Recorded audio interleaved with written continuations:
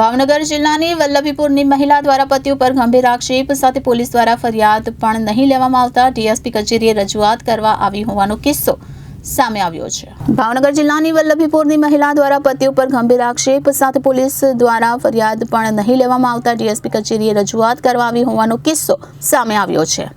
ભાવનગર જિલ્લાના વલ્લભીપુરની રહેવાસી મહિલાએ તેના પતિ અંધશ્રદ્ધાના નામે વાડી વિસ્તારમાં લઈ જઈ તેના શેઠ સાથે શારીરિક સંબંધ બાંધવા દબાણ કર્યું હતું। આખરે મહિલા વર્ષ નહીં થતા તેને દવા પીવડાવવામાં આવી હોવાનો આક્ષેપ મહિલાએ કર્યો છે।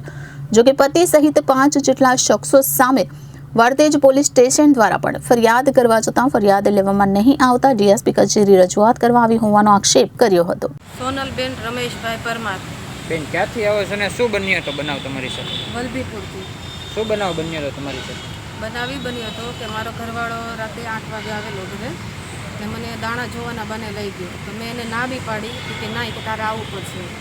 પછી મને પોલાઈ પટાવીને લઈ ગયો ત્યાં અને પછી ત્યાં વાડીના ગેટે જઈને કહે છે કે તું એ લોકોના ભાઈબંધ બધા ત્યાં પહેલેથી મોજૂદ હતા તો પછી મારા શેઠ ત્યાં રહી કે તું આવી રીતના ગલત કામ કરી કે તો આપણું લેણું છે કે બધું જતું રહે એમ તો મેં એને ના પાડી તો ત્યાં એના ભાઈબંધો લોકો મોજૂદ હતા એ મને ખબર નહોતી।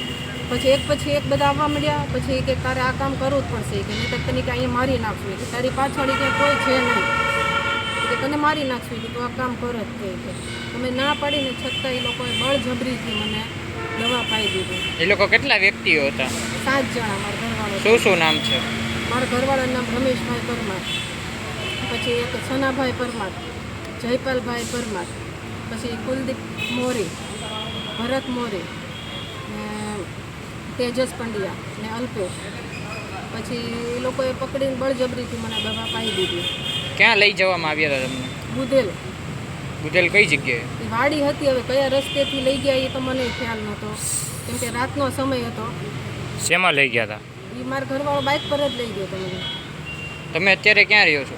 વલભીપુર કયા પોલીસ સ્ટેશનમાં તમે એફઆઈઆર કરી? ત્યાંથી શું જવાબ આપ્યો? ત્યાં એ લોકો જવાબ કાંઈ આપતા જ નથી। એમ કહે છે કે તમે જે લખાવી છે એ કંઈ નહીં આવે એ કે અમે કંઈ એમ થશે એ કે તમે જેના નામ લખાવ્યું। મેં કીધું મારી યારે જે ઘટના બની છે એ મને ખબર હોય ને। ઝાલા સાહેબ ને ગિરવાનસિંહ ને 5 અન્ય કર્મચારી એ લોકો બધા પૈસા ખાઈ ગયા છે ને મારો કેસ કે એફઆઈઆર કોઈ કરતું છે નહીં। અત્યારે ક્યાં આગળ તમે રજૂઆત કરવા આવ્યા છો? ડીએસપી ઓફિસે। રિપોર્ટર ફિરોઝ મલિક, જનાદેશ ન્યૂઝ, ભાવનગર।